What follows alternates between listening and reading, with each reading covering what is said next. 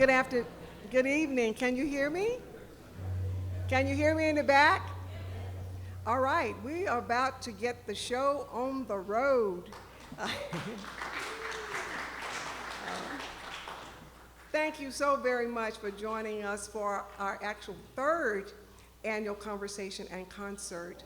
Today, our teachers and guests had an extraordinary time at Gallia Hall, and that was our first face-to-face meeting with our AP seminar with African Diaspora Content Teachers Meeting. And wouldn't you say you should give us a hand for that, everybody?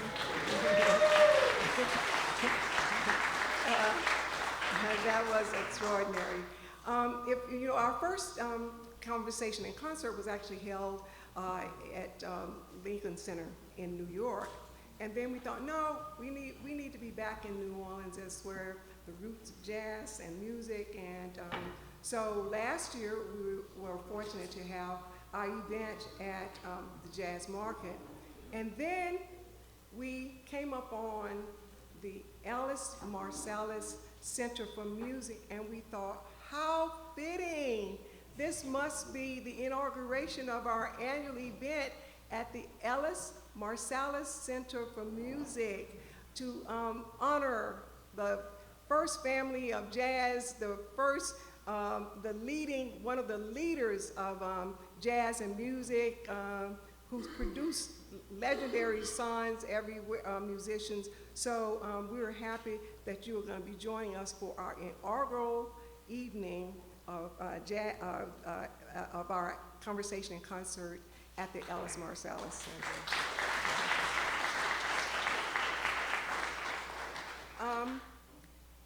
We have, let me just say that I have to have a little bit of bad news before I go into great news.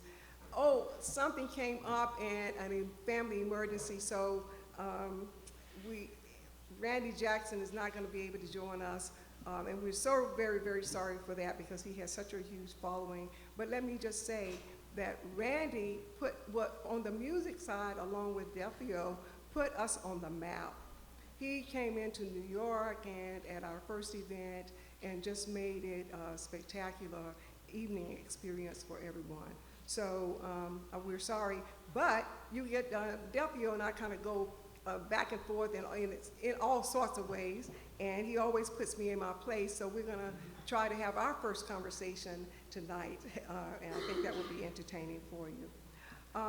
There are so many people to thank for this event, but I have to say this, the imaging and marketing has made this a spectacular event, both at Gallia Hall, as well as beginning with our reception at Delphio. So we really want to thank Delphio and his wife, Trina Marsalis, for hosting us last night. That was a great start to our evening. So, we owe a lot to Capture Connect Media, led by Brandon Campbell, if he is in here anywhere. They designed everything you see that's showcased.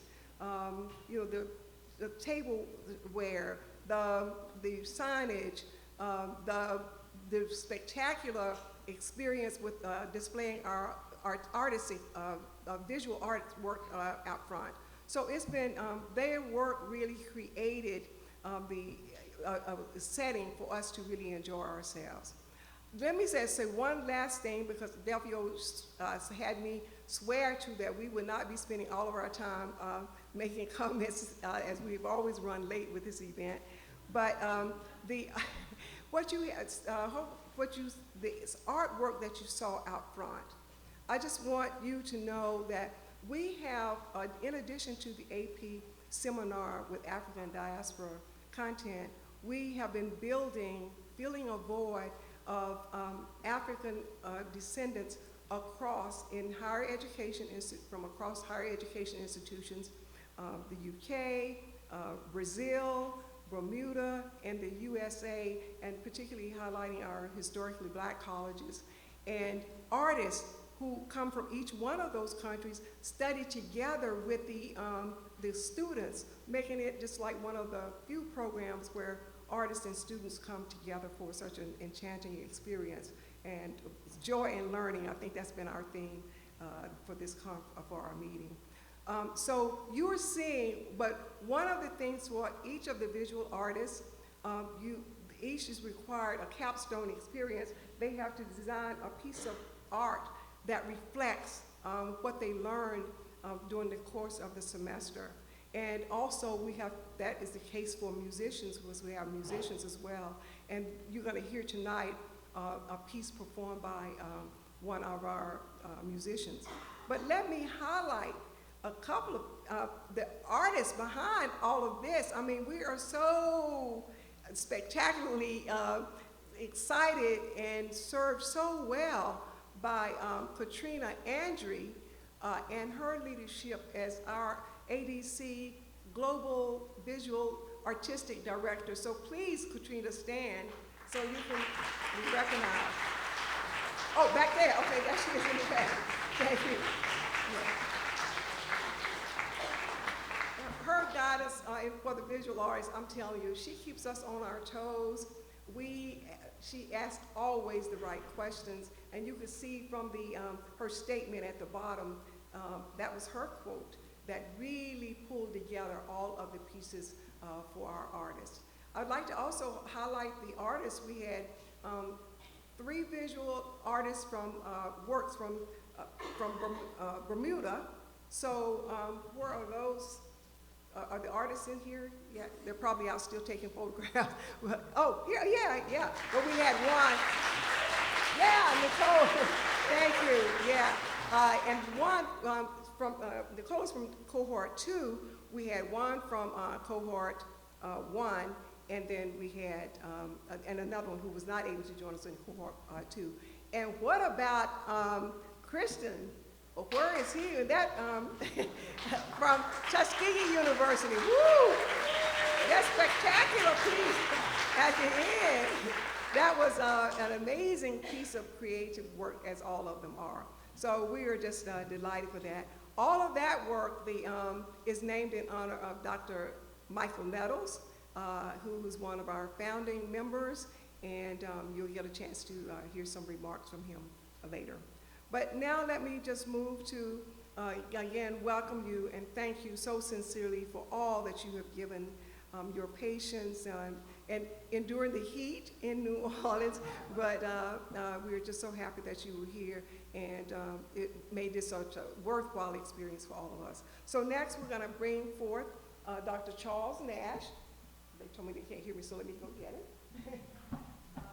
Okay, Dr. Charles Nash, who is actually, each year we have a co-host of our conversation and concert, and this year Dr. Charles Nash, who is the Emeritus Vice Chancellor for Academic and Student Affairs at the University of Alabama, and that was for all, now remember that is a system level, that was for all of the campuses across the University of Alabama.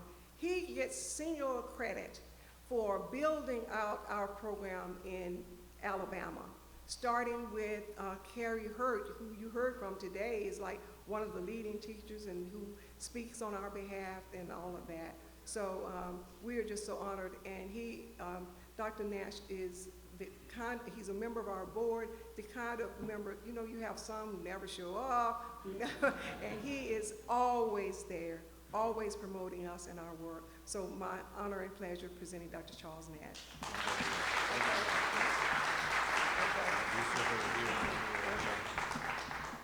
So, hello everybody. Hello everybody.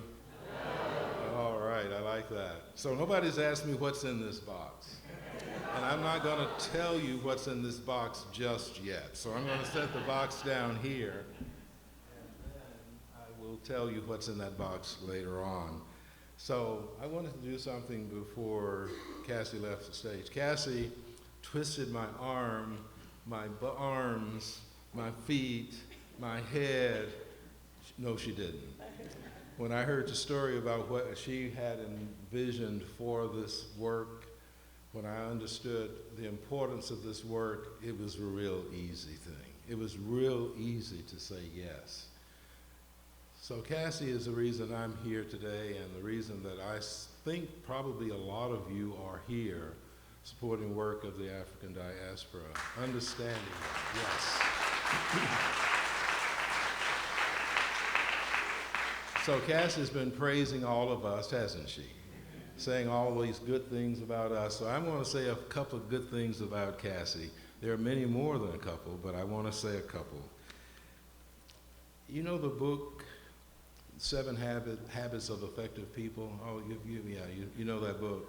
You know, Stephen Covey wrote that, and he talked about that. And so something I saw, I haven't read much about it, but I picked up on this note that I think represents Cassie Freeman. So he says in a recent piece that he wrote that there are 3 kinds of ways of describing how people work together. One of those he called coordination. You know the word. It's easy to coordinate people working together. But then he said the second of these is cooperation. It's a higher level of working together. And then he said the top of that list is collaboration. So from coordination to cooperation to collaboration. And I think of all the people that I've known in the world with whom I've worked, Kathy represents this collaboration that Stephen talks about, pulling all of us together. And guess what he said was the single most important part of a collaborative effort? It's trust. Yes, please.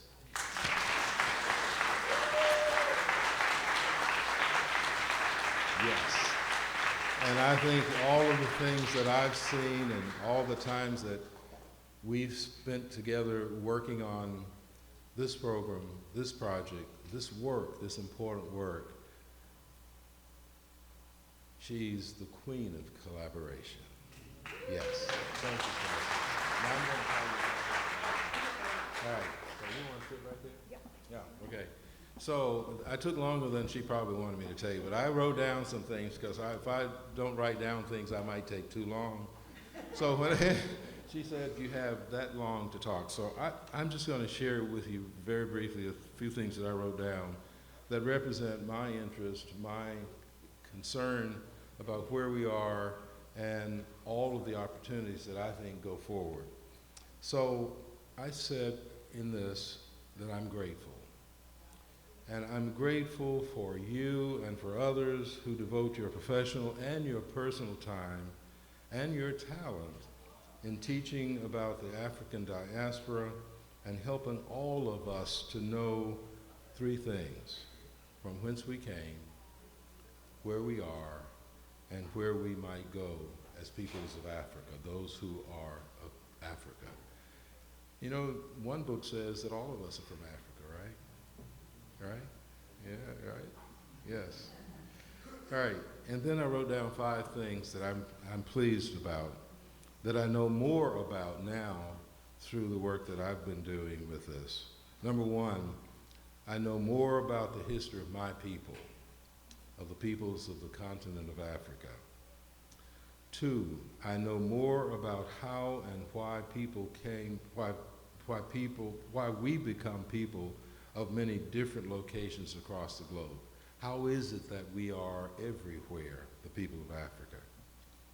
3, I know more about how to help ourselves and our children learn the history and the places of the African diaspora and the many, many, and I could say many, many, many, many contributions Africans have made everywhere. And I said that, well, maybe not in Antarctica, and somebody said, but I bet the influence is there. 4, I know more about how to use our increasing knowledge of the African diaspora to add value to our knowledge and our understanding of the African American experience here in the U.S. And then 5th, I know more now about the ways and opportunities to continue the teaching and learning process about what I dubbed, and I hope this isn't inappropriate, the African Trail of Tears. So I thank all of you. I thank you, Cassie. And I thank all of those who are not here, who are supportive and have been supportive and will be supportive in the future to make this work continue forward. Now, the box.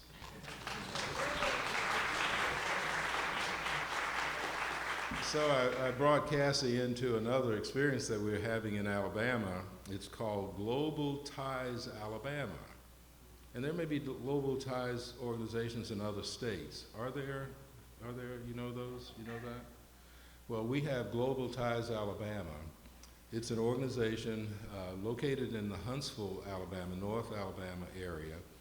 And its purpose is to bring people from all over the globe to Alabama. Global Ties Alabama. And that organization's been around for a long time doing that. Part of it is about economic development, as you might imagine, but it's also about social and cultural development of peoples across the globe. And so I've been a part of that, and so I said, Cassie, and Cassie came running and has been a part of participating in that. And so at our last meeting, annual meeting of Global Ties Alabama, 2022 is the last year, the African Diaspora Consortium was presented this award called the Global Partnership Award. And I've had it on my shelf, and now it's going to go to Cassie's shelf. Cassie, here it is.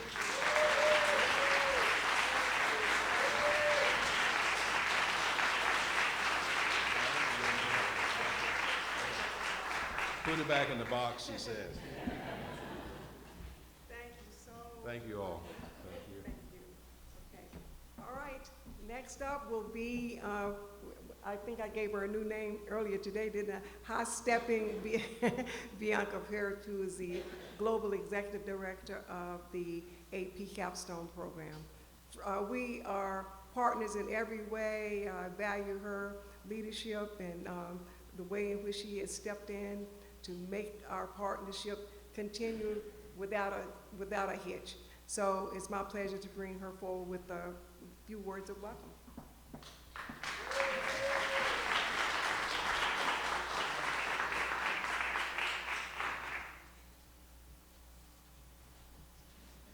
Hi, good evening, everyone. Cassie, as I always say, is very generous.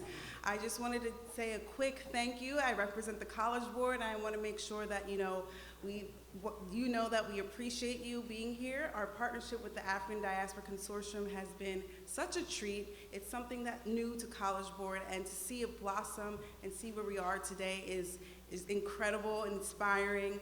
As Cassie mentioned, in 2020, when we fully launched African Diaspora content in AP Seminar, only 5 schools were participating. Now, a few years later, we have over 50 schools participating, representing 5+ countries. So again, you're all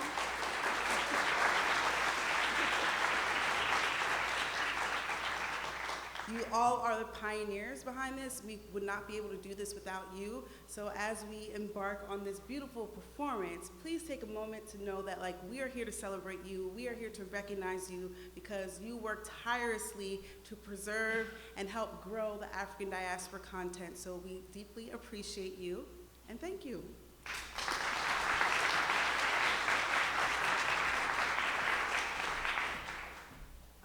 Okay, so our last welcome comes from Dr. Michael Nettles, ADC board member, one of our founding members, and also we named the student, Global Student and Artist Exchange in his honor. So we could not think of a better person, and it was a unanimous decision across the organization. So Dr. Michael Nettles.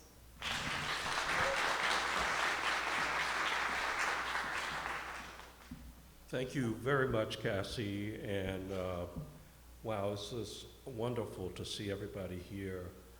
Thank you for coming out this evening. I'm the person who stands between us, I think, and the entertainment. Cassie made sure that I stood over here so I wouldn't be close to any instruments that I might be tempted to try. But thank you all for coming. And I can't, today, as I sat through the extraordinary session that we had, I had to reflect a bit on our beginning. And we started, the African Diaspora Consortium began in an office at Teachers College where Cassie invited Hank Levin, Ernest Morel, and I to join her in a conversation about some ideas on research that she, as you know, Cassie has a distinguished research career and background prior to this. And she, at the time, invited us to come and join her in thinking about the research and thinking about the future. She's always been interested in global work related to talented and gifted people who might be missed in the conventional ways. And we sat there and I thought about African American history being a missing part of the collection of advanced placement program curriculum. And Hank Levin piped up after I made that comment immediately, instinctively, and said, well, maybe we should think about the African diaspora because there are twice as many African descendant people in Brazil as there are in the US. And we're all over the globe. And so then they proceeded to assign me the task of approaching the College Board to get some support. So I went directly to David Coleman, the president. And what happened since then is just remarkable. Cassie Freeman has demonstrated the best of leadership. She's been agile. She's been on the job 24/7. She has enlisted people, and it's very difficult for people to say no to her because they recognize what a compelling interest she has and commitment that she has. She has recruited historians to draft the syllabus for the African Diaspora capstone seminar with the capstone seminar with African diaspora content, which it has become. She started the international exchange of performing and visual artists. And this year there are 13. And Cassie's always made sure to represent Bermuda, Brazil, UK, the United Kingdom, and the US in all of the work so far. And she has recruited a distinguished board, which I happen to have the honor of being the vice chair of. So there are many things that we can say and write about the short history of the African Diaspora Consortium and the leadership that Cassie Freeman has brought. She's always mindful of the people who support her. Every time I compliment her, Cassie says, oh, it's a team, and then she names off several people who have helped her in her leadership. But I can't tell you how far this initiative has come from where it began. So thank you all for all your support. There will be opportunities to give more support going forward. And I think this is only going to get stronger. I can remember a few years ago, Cassie had the idea of having a program at Jazz at Lincoln Center. And this reminds me of that program because that occurred before COVID. And then last year we were here in April and now here again. So I can only feel the spirit and inspiration that people are bringing to this initiative, and it's gonna grow and grow and grow, and it's important. It's really important. She's managed to also stay away from the controversies that are surrounding historical treatments, and I won't say any more about that because she's done such a fine job of navigating the political waters. So thank you all very much, and I just hope that you will have a great evening this evening, and after today, make a commitment to continue to support this work and Cassie as we move forward. Thank you very much and have a wonderful evening.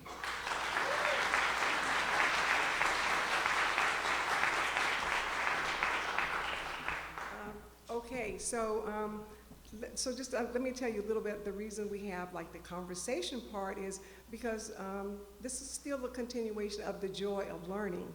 So the conversation portion allows our global artistic director, Deputy Marsalis, to talk about like his thoughts about different aspects of music and basically the theme is always the interconnection between history, education, and the arts.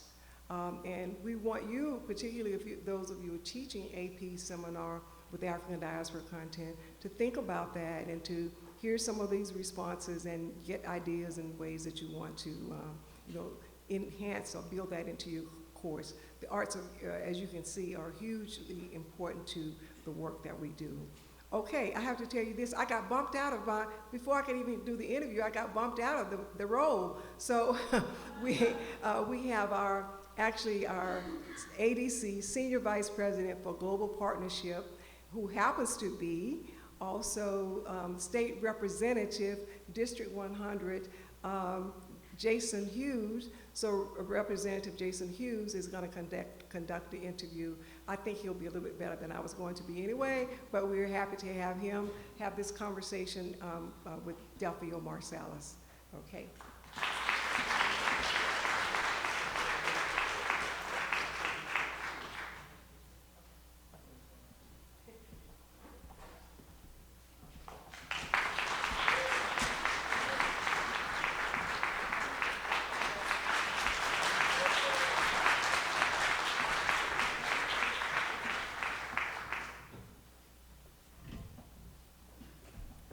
Well, good evening, everyone.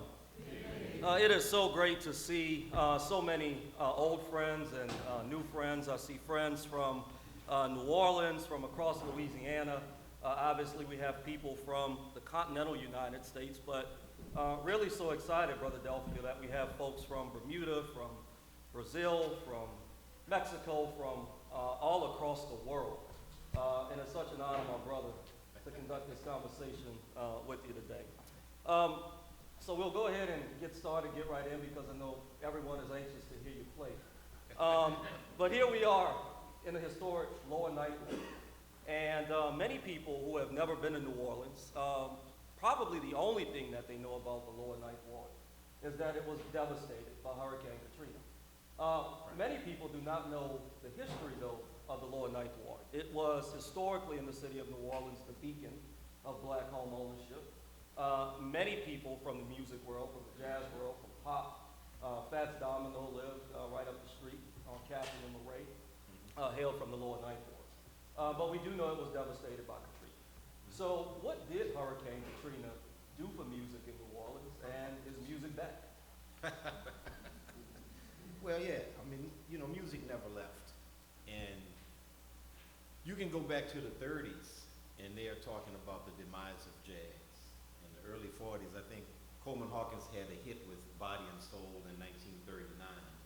And within the decade, Downbeat magazine was reporting that he would do better to open up a rib shack. That was how they put it. They said, yeah, because, but I feel that, the music we call, or we refer to as jazz, it's birthed here in New Orleans, and the two things that they have in common, the music is a survival music, and New Orleans is a survival city.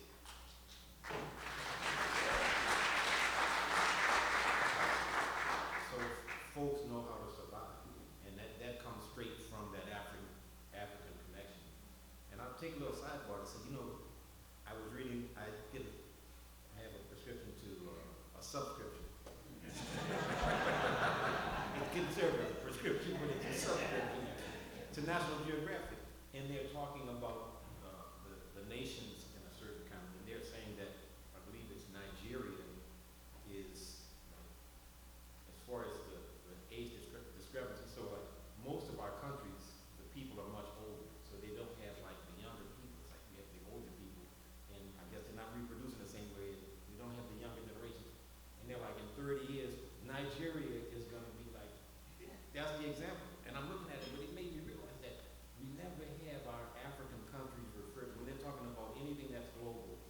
they never mention he's African. So I'm looking at it like, man, I have to read it twice. I'm like, what? And they got pictures and everything.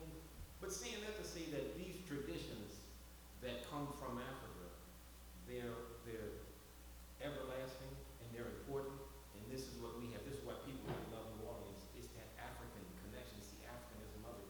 And so much of the time we're bombarded with this need to change or shape the narrative so that the African descendants are either not given credit or they have to assume blame for something.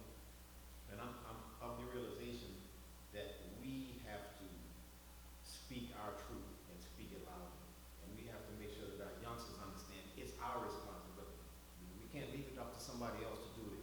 And it's even more critical now than it's ever been that we have that pride and we let folks know about it. Absolutely. Well, look, speaking of credit, ladies and gentlemen, it's very special that we're in this building tonight. It's named after an extraordinary man, Ellis Marsalis, who happens to be your father.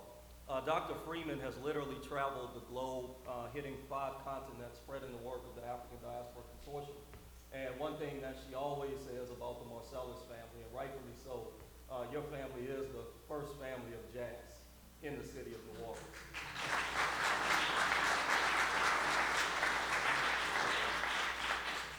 But we do have another iconic figure, and anytime you land at our airport, it's named after a very special man as well, Louis Armstrong. Right. Why is Louis Armstrong so important to jazz? Or period? Right. Let me count the ways.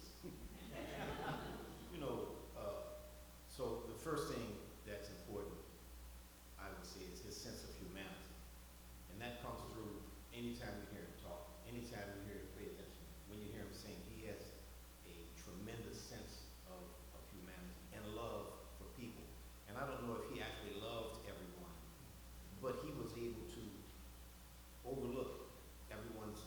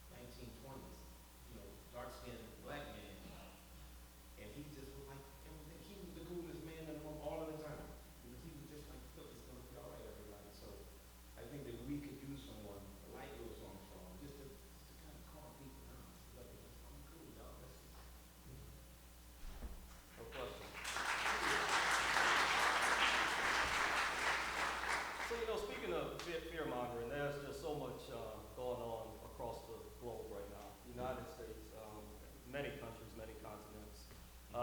In my opinion, and the opinion of so many scholars, it is never more important for our students to learn about the African diaspora. And I certainly want to give a shout out to all of the educators in the room because, you know, students are at the center of everything we do, as you know, in the African Diaspora Consortium.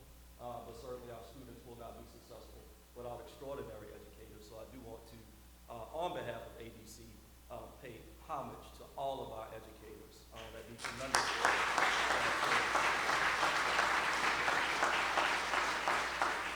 So on that note, with students and teachers, what can educators do to engage students through music specifically, to educate them on the African diaspora? I don't think it has to be music, you know, specifically. You know, I was able to experience one of the great forums that Professor Nafis Khan had, and he was just so insightful in his ability to, I think, reach the students and to show a certain kind of passion. That's what's important, the passion of it all. It's just the idea that this is very important, and that's what's going to attract the students. You know, as far as the music, you know, it's a tough thing because there's so much music, and I'm a believer in loving all the music. So like I might listen to Beethoven or Wagner or some of the classics, and I can listen to Duke Ellington, and I can listen to Louis Armstrong and Thelonious Monk, and really have an appreciation for what it is. You know, listen to that Snoop Dogg, Biggie, and I think that's the thing. A lot of times we're so in popular, like we all would get the question as a jazz musician, it's like we're closed-minded, is what I would always hear. Say, oh, if you don't listen to pop music, you guys are so closed-minded. I'm like, yeah, we're actually not as closed-minded as most people because it's like, it's not in the Billboard Top 100. Folks like, nah. So I think that would be the most important thing is to get a better understanding globally, which is perfect, you know, what ABC really kind of encompasses. What is the global message? What's going on around the world? You know, so a lot of times, in fact, I just was teaching a class and we were talking about we're talking about the 1800s. We're talking about, okay, there's a guy named Gottschalk who was here in New Orleans writing music. Well, okay, who was over in Europe writing?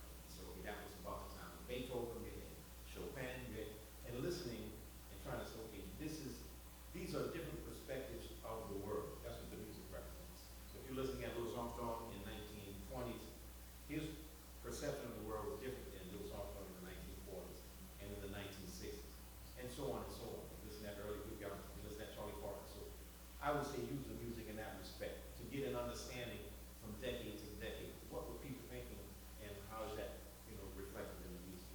Yeah, no doubt. And, you know, along those same lines, we know New Orleans is, you know, truly the birthplace of jazz. And jazz is obviously the spotlight of our program tonight. But New Orleans has also birthed many nationally and internationally acclaimed rap and hip-hop artists. And obviously, you know, this year and this month we're celebrating the birth of hip-hop. So what can we do when we look at our students, when we look at our current generation? We know they have a large appreciation for hip-hop. How can we get our young people to have that same appreciation for jazz?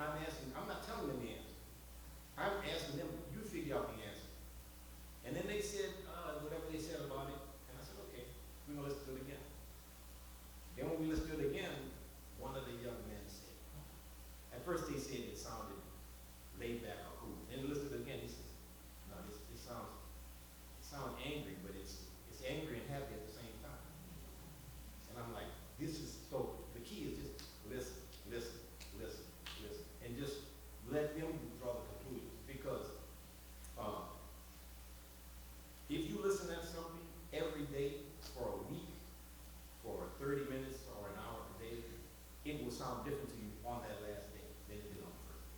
And that's the only thing. We have to just remove the social pressures and everything about what you're supposed to listen to and just give them that opportunity. So we have a program called Swinging with Cool School where we go and we play for kids and we give them that opportunity to experience and also to develop a relationship with the music. And that's what we have to do. You know, this is not a simple fix, you know, because there's not a lot of finance in it, and of course the major companies, they're just looking at wherever the money's going, that's what they're doing. Or whatever, if it's gangster rap, then it's that. If it's something else, then you know, you can see what that trend is. So I would say the key is just to have them listen to it.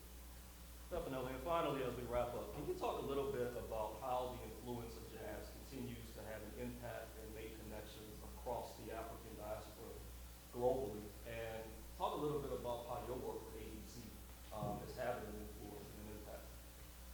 Well, I don't know that I can say what impact we're having. You know, we're in the middle of it, so we're doing the best that we can. But I would say that, you know, what I tell the young students is that the music we call jazz will give you the most amount of options in terms of the popular art forms.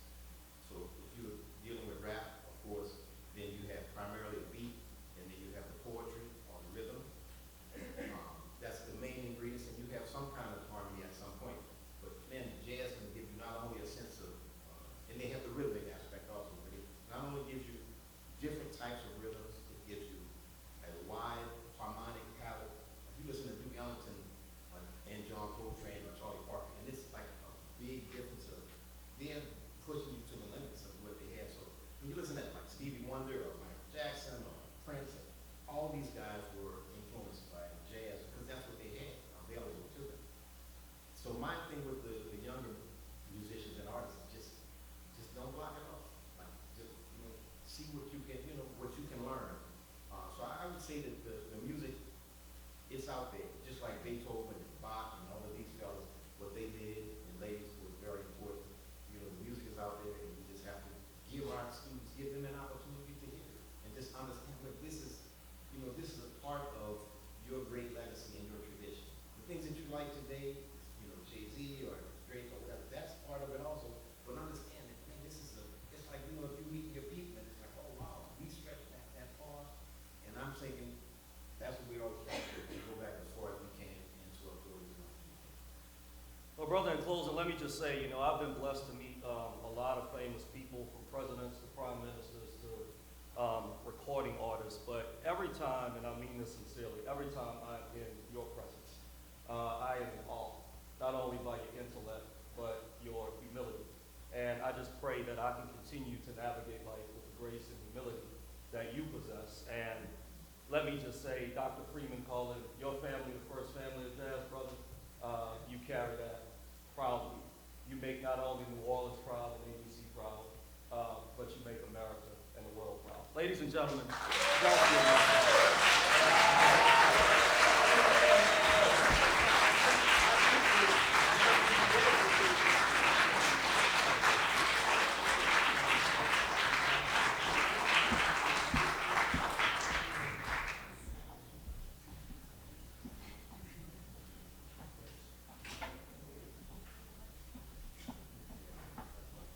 Okay, now what you've been waiting for.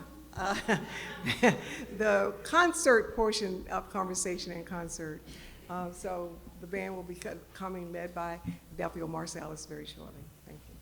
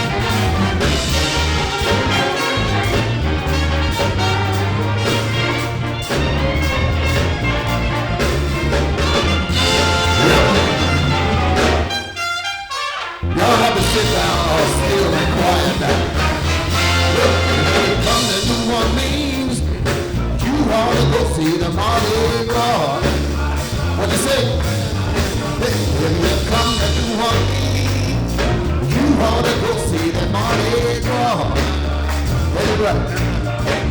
You know when you see a money go hard, somebody gonna tell you the carnival fun. You ain't gotta sit still, I promise. Take that ticket in your hand. If you wanna go to New Orleans, and get that ticket in your hand. If you wanna go to New Orleans, yeah, right. You know when you get to New Orleans, somebody gonna show you the Zulu King. Let me tell it right quick, bro. We gonna jump and shout. We gonna turn this thing on. That's y'all part right there, by the way. You might know. We gonna jump and shout. We gonna turn this thing on. Let me get one more like you mean it now. We gonna jump and shout. We gonna turn this thing on. Play on, play on.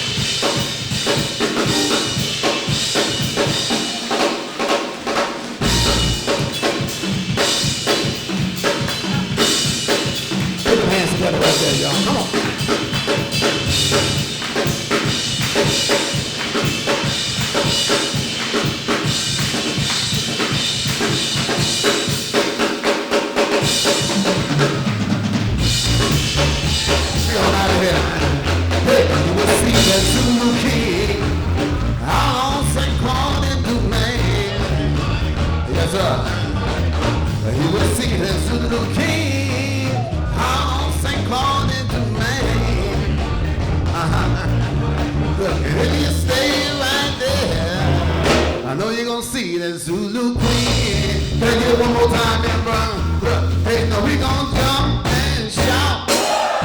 We gonna turn this thing on now. I'm trying to show y'all up over there. Now we gonna jump and shout.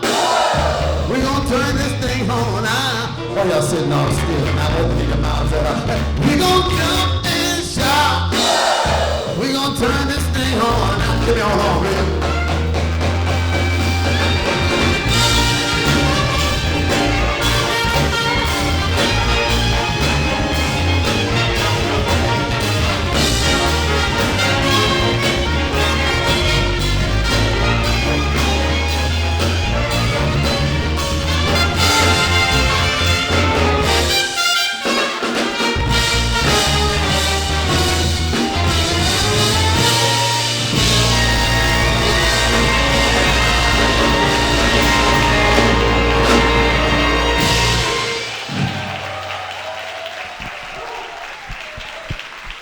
Yeah, you're right. Thank you very much, ladies and gentlemen, and good evening. Welcome. Let's give it up for Mr. Jesse McBride on the piano.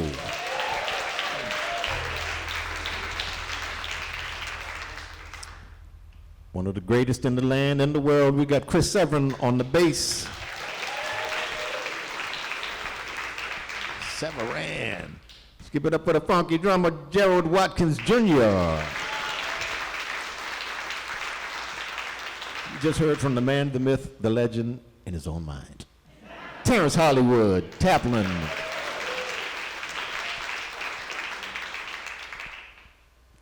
And from, where are you from, bro? California? We call him the son of George. Ethan Santos. And of course, we got the under 200 pound cow tipping champion of Baton Rouge. Let's give it up for John Cow Tipping Gray, y'all.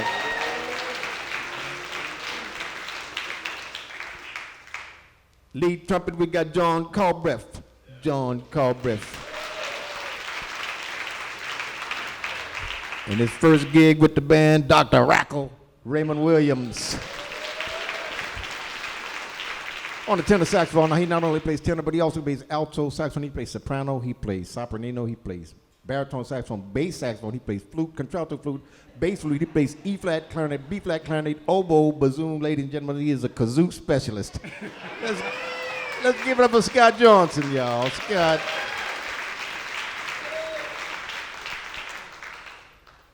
And from, also from Houston, Texas, we got Rex Gregory on clarinet and alto saxophone. And from Uptown,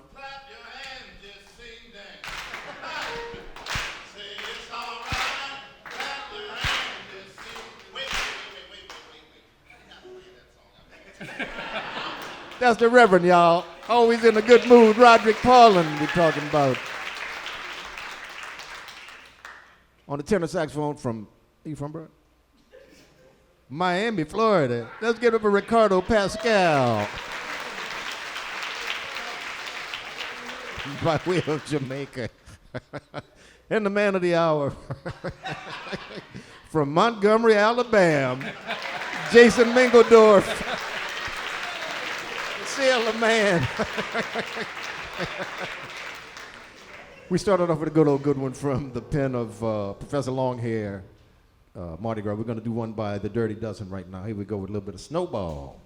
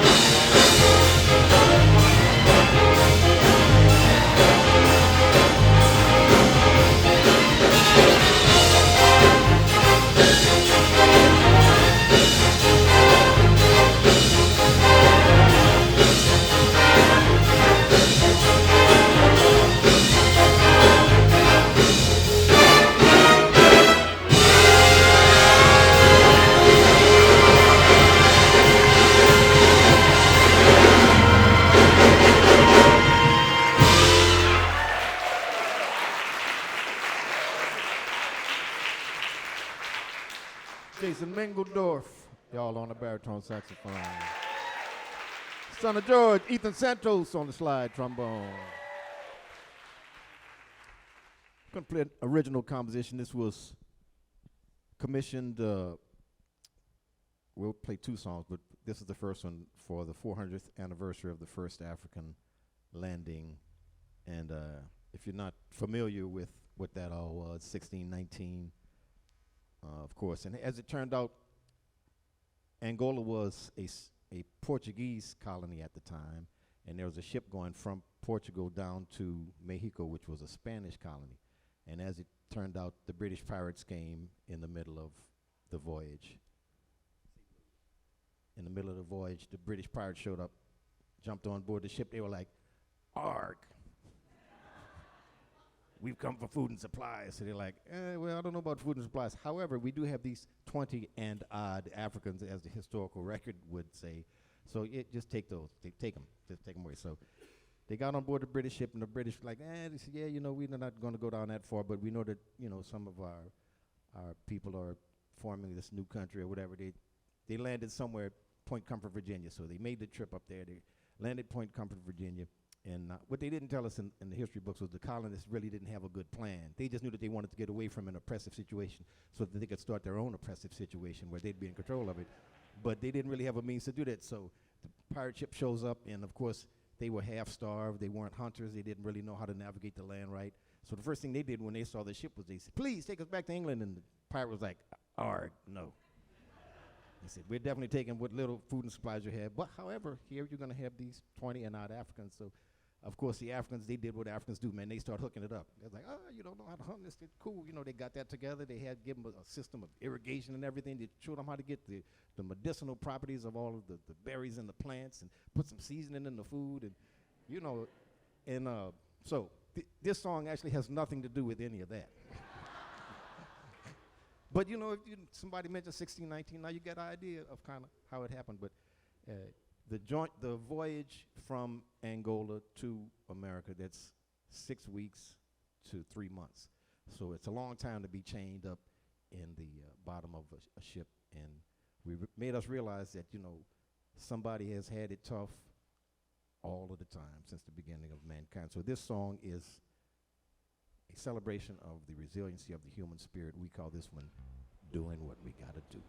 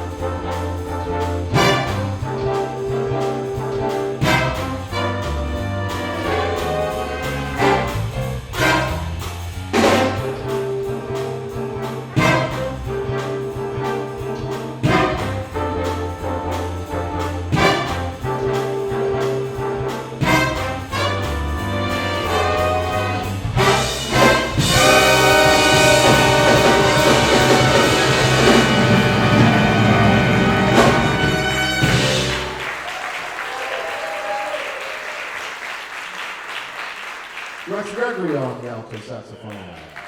Jesse McBride on piano.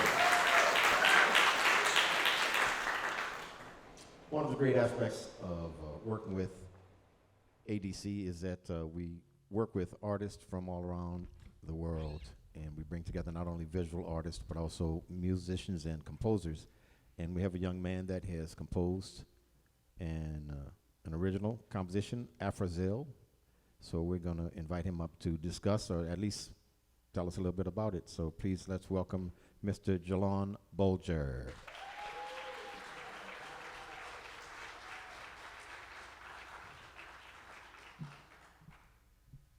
Good evening. I hope you don't mind. I put it on my phone, what I'm going to say a little bit, so I don't forget anything. My name is Jalon Bolger. I'm a high school band director from Atlanta, Georgia. Am I allowed to take this off for a second? I'm an arranger, composer, as well as a trumpet, clarinet, and piano player. I want to start off by saying how grateful I am for this opportunity. Number one, I've learned so much from this program, and it particularly highlighted for me just how much of our history, African American history and just African history, that we don't learn in the U.S. public school system. When Auntie Cassie Freeman is my aunt,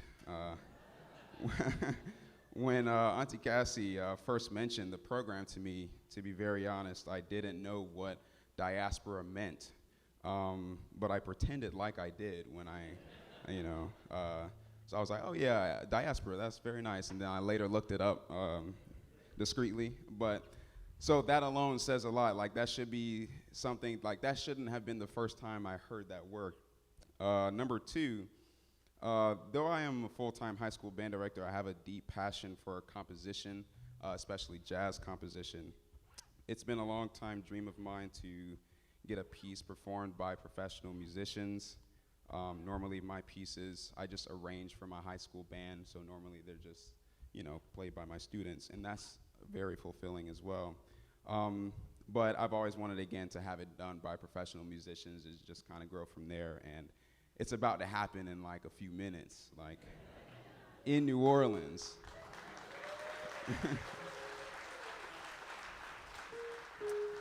So that's very crazy to me. This is very surreal, and I'm super grateful again for this opportunity. One thing that really stuck with me about the program, getting into the piece a little bit, one thing that stuck to me through the program was the relationship between Africa and Brazil. And so to commemorate that and honor that relationship, I made a piece called Afrazil. And you can imagine my excitement when I looked up that name to see if it had already been taken, because it's just a perfect name, and luckily I got it, so I snagged that one right up. Afrazil, as the name suggests, is in essence a musical diasporic journey from Africa to Brazil. The piece starts off in a bright and joyful section filled with African-influenced rhythms and playing styles such as call and response. Then you'll hear that joyful place be interrupted, which is but to commemorate and to showcase like the invaders or whatever you want to call them, who came and interrupted their joy. The colonizers is the word I'm looking for. And then it transitions to kind of a darker, more stressful place, symbolizing the terrible emotions that they must have been feeling during that time.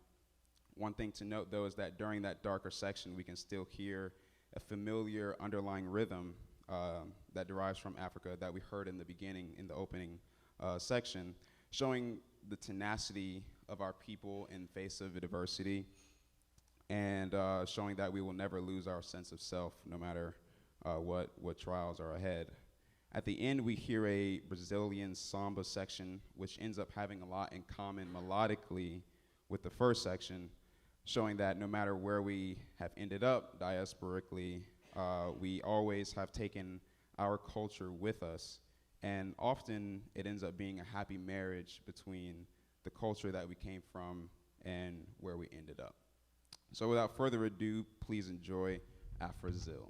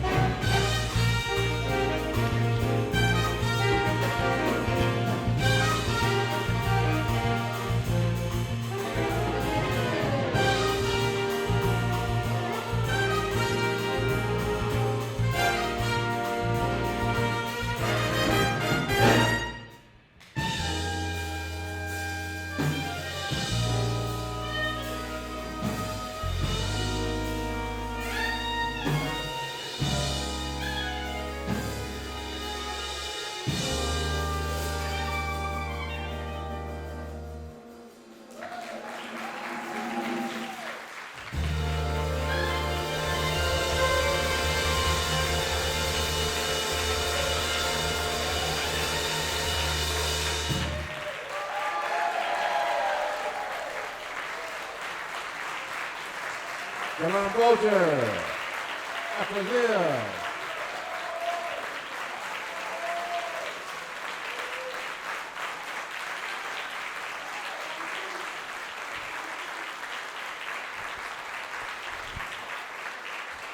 Delon Bolger.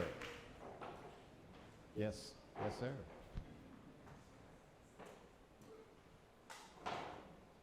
Very good. And that featured Mr. Ricardo Pascal on the tenor saxophone.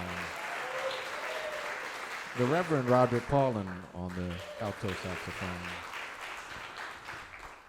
Rex Gregory on the clarinet. It's about that time for us to bring out the fantabulous, the magnanimous, the wondrous, the supercalifragilistic espialidocious Tanya Boyd Cannon, y'all.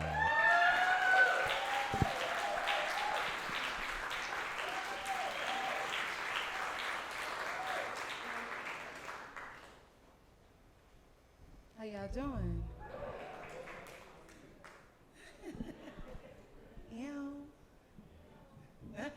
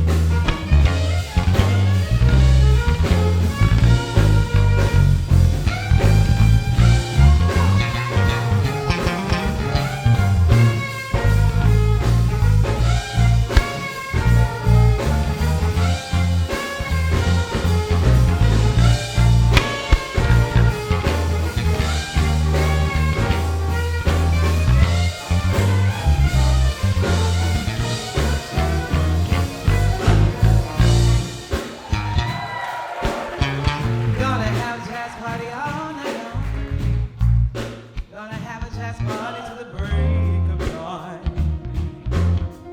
Gonna have a jazz party all night long. Won't you come uptown and party to the break of dawn? Gonna get the big have a jazz party all night long. Hey, have a jazz party to the break of dawn.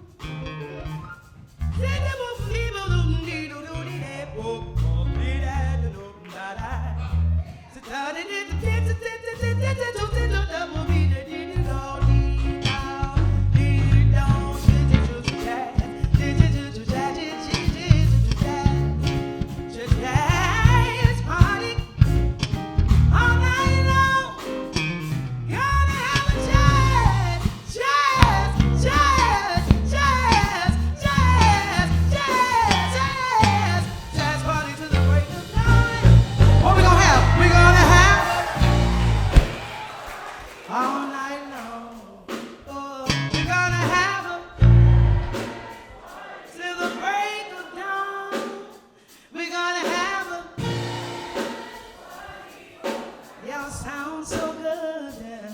So won't you come to the night, boy, baby, we got it going on. We're gonna have and have some fun. We're gonna have where the blues is gone. We're gonna have just party and have some fun. So if you're feeling nice, come on and party to the blues is gone.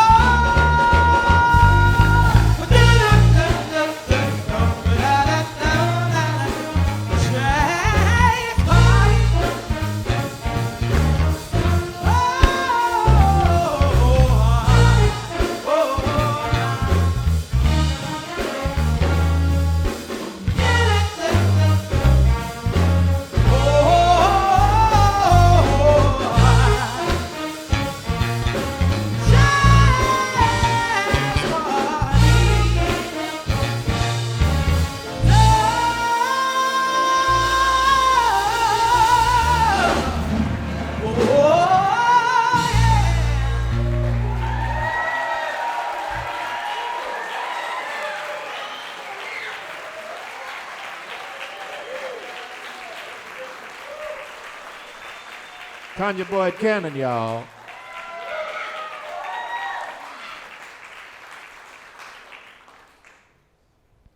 That tune there was the first of our two references to actually making America great again. If you're gonna do that, you got to have a jazz party all night long.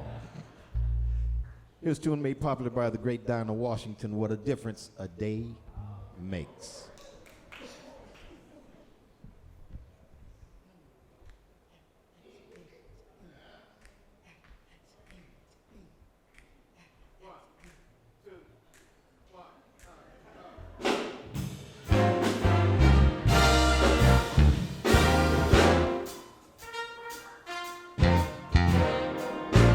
What a difference a day makes. 24 little hours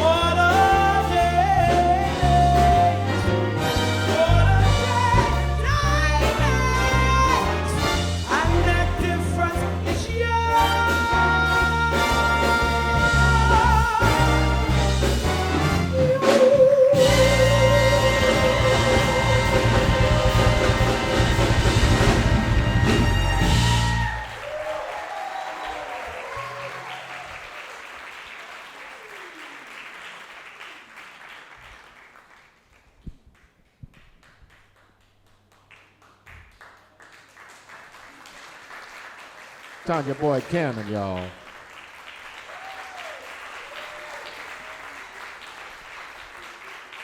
This next tune is the second movement we've adapted to our global warming suite. This comes to us by way of the great George Gershwin and one of our, I guess, first original American operas, Porgy and Bess. Here we go with a little bit of that summertime.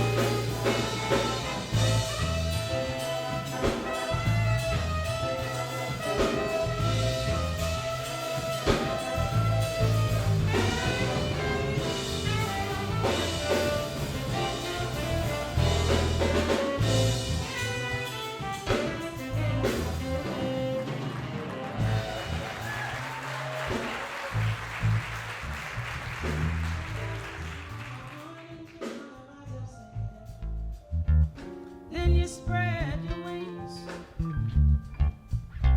and take to the sky.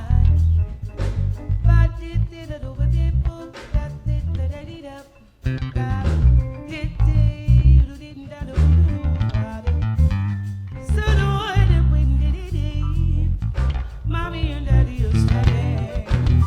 Why? Standing by one of these mornings. You're gonna rise up singing.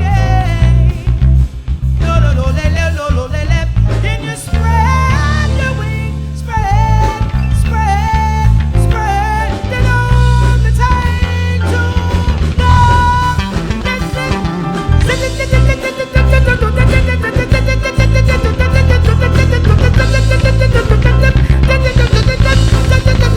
Mommy and daddy, stand, stand, stand.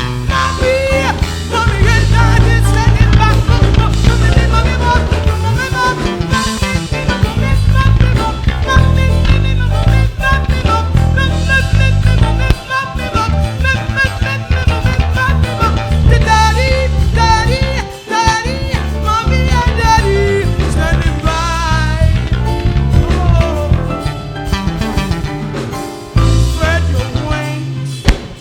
Spread your wings, spread it up, set up when mommy and daddy standing, standing up, suddenly mommy and daddy standing by.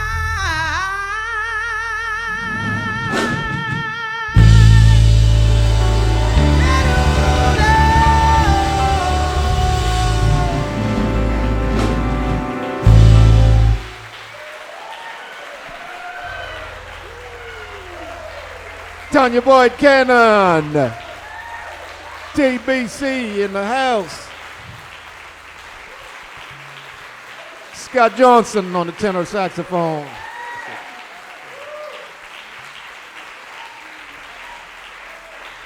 TBC.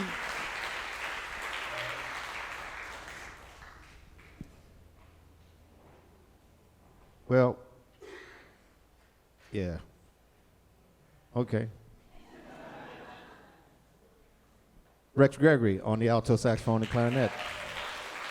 The Reverend Roderick Paulin is on the alto saxophone. Ricardo Pascal, Jason Mengeldorf, Jesse McBride, Chris Severin, Gerald Watkins Jr., Terrence Hollywood, Taplin, Son of George, Ethan Santos, John Gray, John Calbreth, Dr. Rackle, Raymond Williams, yours truly, Delphia Marsalis. Thank you very much.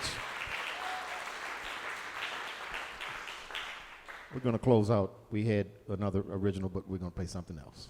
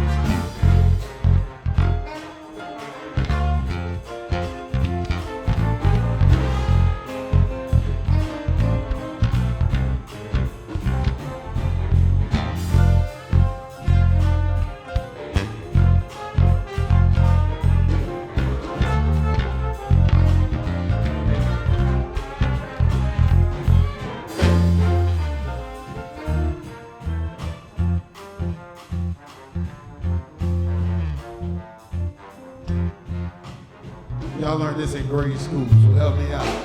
Whoa, Eliza, Eliza Jane. Whoa, Eliza, Eliza Jane. Say what?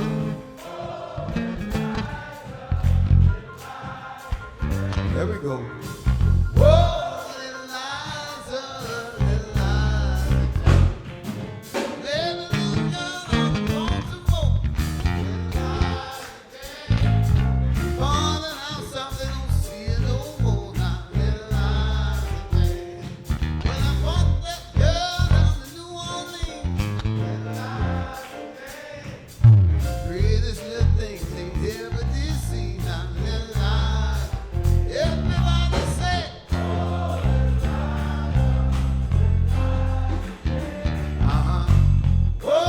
Eliza, Eliza. Y'all got it, choir? Oh, Eliza, Eliza. Don't worry about who Liza is. Oh, Eliza, Eliza Jane. Well, up in the morning before the sun, me and the fellas gonna have some fun. Now, Eliza Jane. We're getting the hootin' and the tootin' and the ooh-nah-nay. Party like it's Mardi Gras Day. Now, Eliza Jane. Everybody say,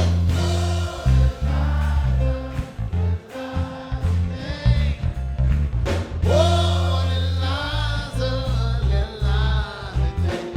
Get one more. Oh, Eliza, Eliza Jane. Here we go. Oh, Eliza, Eliza.